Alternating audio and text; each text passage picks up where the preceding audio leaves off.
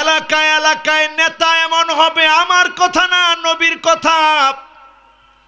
এলাকায় এলাকায় এমন নেতা হবে, অধিকাংশ নেতাগুলা ফাসেক হবে, বেনামাজি হবে, বেরোজাদার হবে।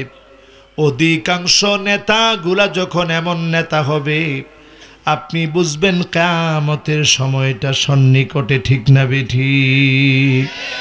ইযা তুখিজাল ফায়ুদওয়ালা, এমন সময় আসবে, আল্লাহর নবী বলে গিয়েছেন, যেই সময়ে আপনি নজর করে দেখবেন জনগণের সম্পদ, জনগণের রাষ্ট্রকে ব্যক্তিগত সম্পদ, নিজস্ব সম্পদ বলে মনে করা হবে, ঠিক না বেঠিক? 2 নম্বরে দেখবেন ওয়াল আমানাতু মাগনামা, আমানত গনিমতের মতো হয়ে যাবে।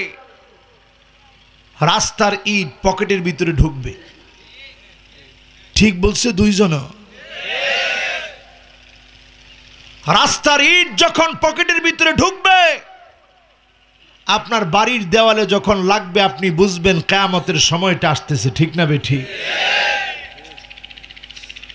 এরপরে ওয়াজ যাকাতু মাগনামা,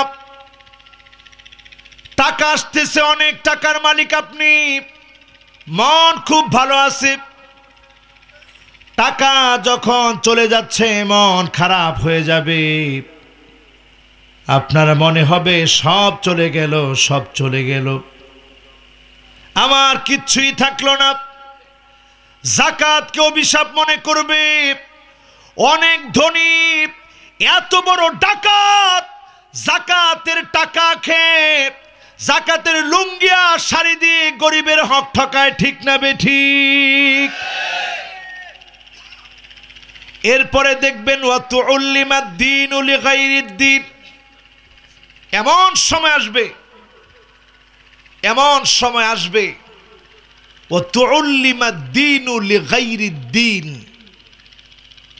মানুষ দিন শিখবে, ইসলাম শিখবে, কোরআন শিখবে, হাদিস শিখবে, আল্লাহর জন্য শিখবে না।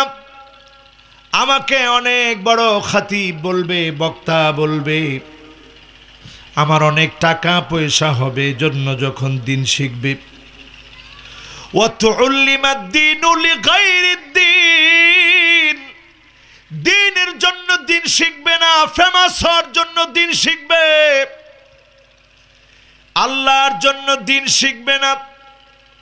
কিয়ামতের কঠিন মুসিবতের দিনে আল্লাহ পাক বলবে, ফেরেশতারা রে, মাথা নিচের দিকে দিয়ে, পাটা উপরের দিকে দিয়ে লটকায় ফেলো। সেদিন বহু আলেম আল্লাহর কাছে ধরা পড়ে যাবে।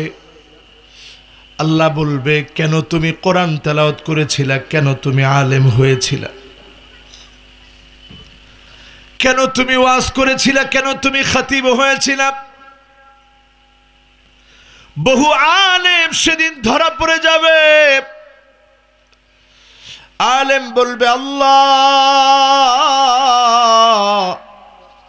আপনার জন্য কোরআন পড়েছি, আপনার জন্য দিন শিখেছি। আল্লাহ বলবে, না না, মানুষ তোমাকে বক্তা বলবে, খতিব বলবে, বড় আলেম বলবে, এজন্য তুমি দিন শিখেছিলা, তাকেও লটকায় ফেল। সেদিন আলেমের মাথা নিচের দিকে দ্বীপ, পা উপরের দিকে দ্বীপ, জাহান্নামের ভিতরে নিক্ষেপ করে ফেলে দিবে। এমন কঠিন আযাবের সময় আসবে। এরপরে তাকায় দেখবেন, আমার ভাইরা, আমার বন্ধুরা, তাকায় দেখবেন 5 নম্বরে এমন একটা সময় আসবে, ও আতার রাজুলু ইমরাতাহু, স্ত্রীর আনুগত্য করবে স্বামী, স্বামীর আনুগত্য স্ত্রী করবে না, স্ত্রীর আনুগত্য স্বামী করবে। 6 নম্বরে আক্কাউম্মাহু, জনম দুঃখিনী মা,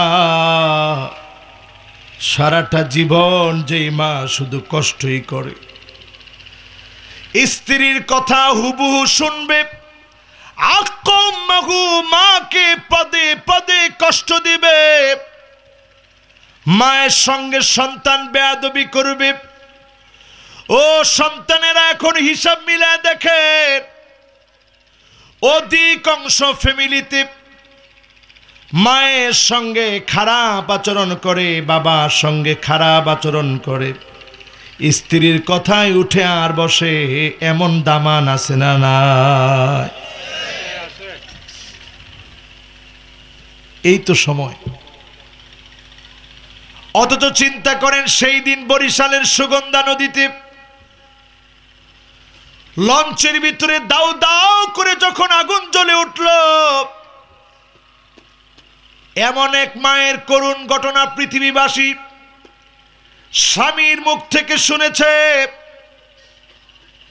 স্বামী নিজে বলতেছে, আমি আমার স্ত্রীকে নিয়ে সন্তানদেরকে নিয়ে কুয়াকাটা যাচ্ছিলাম,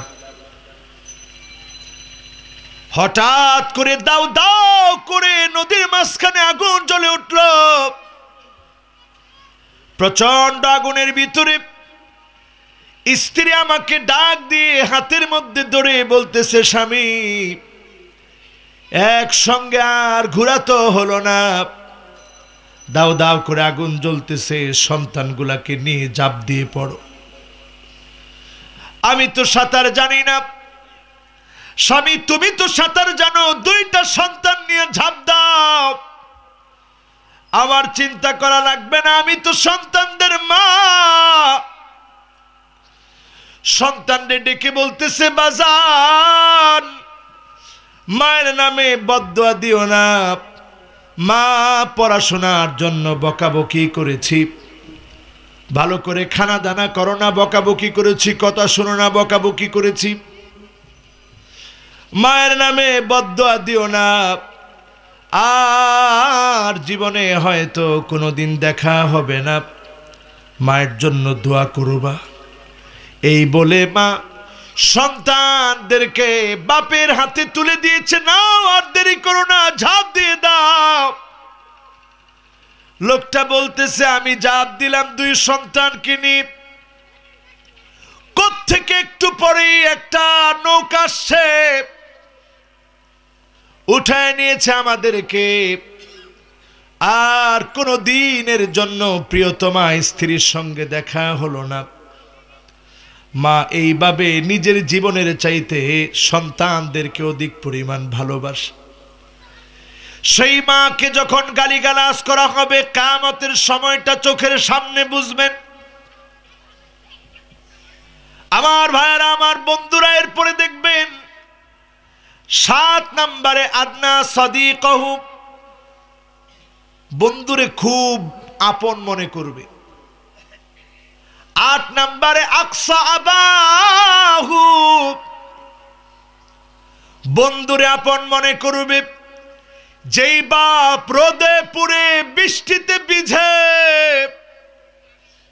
সারাদিন কষ্ট করে ইনকাম করে, এই বাপটাকে যখন দূরের মনে করবে, বাপেরে মনে করবে অশিক্ষিত, বাপ অশিক্ষিত হয়েছে তোর জন্যে, বাপ পড়াশোনা করতে পারে নাই, এই সংসার করতে করতে ছোটবেলাতে হাল ধরেছে, পড়তে পারে নাই, অশিক্ষিত রয়েছে। আজকে এমন কত শিক্ষিত আছে, বড় বড় ডাক্তার আছে, পিএইচডি হোল্ডার আছে, অনেক বড় বড় সচিব, আমলা কামলা বড় বড় পদে আছে। গিয়ে খবর নিয়ে দেখবেন মা বাপ বৃদ্ধাশ্রমে ঘুমায়। যে মা ছোট্ট একটা পেটে সন্তানকে জায়গা দেয়, বিশাল বাড়ি করেছে, ওই বাড়ির ভিতরে ছোট্ট একটা রুম মা বাবার জন্য বরাদ্দ করতে পারে নাই। ঠিক না বেঠিক? যতজন আজকের মাহফিলে আসছেন, যে 8টা বললাম মিলায় দেখেন সবগুলা হয়ে গেছে। ঠিক কিনা? 9 নম্বরে দেখবেন জহারাতিল আসওয়াতু ফিল মাসাজিদ, মসজিদে মসজিদে চিল্লা চিল্লি হট্টগোল শুরু হয়ে যাবে। খতিব সাহেবকে আঙ্গুল তুলে কথা বলবে, সামান্য সামান্য সামান্য সভাপতি, সামান্য সামান্য সেক্রেটারি হঠাৎ আঙ্গুল ফুলে কলাগাছ নেতা খতিব সাহেবকে আঙ্গুল দেখায় বলে, চুপ, আপনি এটা বলবেন না। এমন সময় যখন আসবে বুঝবেন কিয়ামতের সময় খুব নিকটে, ঠিক না বেঠিক? এখন এটা হয়নি, আসলে হয়। তা আপনারা কি করেন? আসলে এগুলা হয়? এগুলা হলে আপনার ইমানি দায়িত্ব, আপনি বাধা দিবেন। কি দিবেন? 10 নম্বরে আমার ভাইরা দেখবেন, সাদুল কবিলা ফাসিকুহুম, এলাকায় এলাকায় নেতা এমন হবে, আমার কথা না, নবীর কথা। এলাকায় এলাকায় এমন নেতা হবে, অধিকাংশ নেতাগুলা ফাসিক হবে, বেনামাজি হবে, বেরোজাদার হবে। অধিকাংশ নেতাগুলা যখন এমন নেতা হবে, আপনি বুঝবেন কিয়ামতের সময়টা সন্নিকটে, ঠিক না বেঠিক? এখন কয়জন ইমাম সাহেবরে আমরা নেতা বানাইছেন?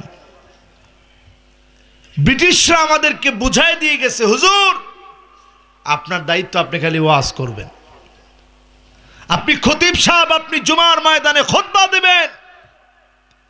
সম্মানের চেয়ার আপনার, ক্ষমতার চেয়ার আপনার না, ঠিক কিনা বলেন? এটা ব্রিটিশদের শিখানো। আজকে আমাদের মুসলমানরা ভুলে গেছে সেই মুসলমানদের পুরানো হারানো ইতিহাস। এই পৃথিবীকে শেষ পর্যন্ত দেখিয়ে দিয়েছিল অটোমান সম্রাটরা কিভাবে বিজয় আনতে হয়। আবার সময় আসতেছে, ইল্লা আদখালাহুল্লাহু কালিমাতাল ইসলাম, রন্ধ্রে রন্ধ্রে কালেমার পতাকা উড়বে উড়বে, কোন জালেম আটকায় দিতে পারবে না, পারবে না এবং পারবে না, ঠিক না বেঠিক?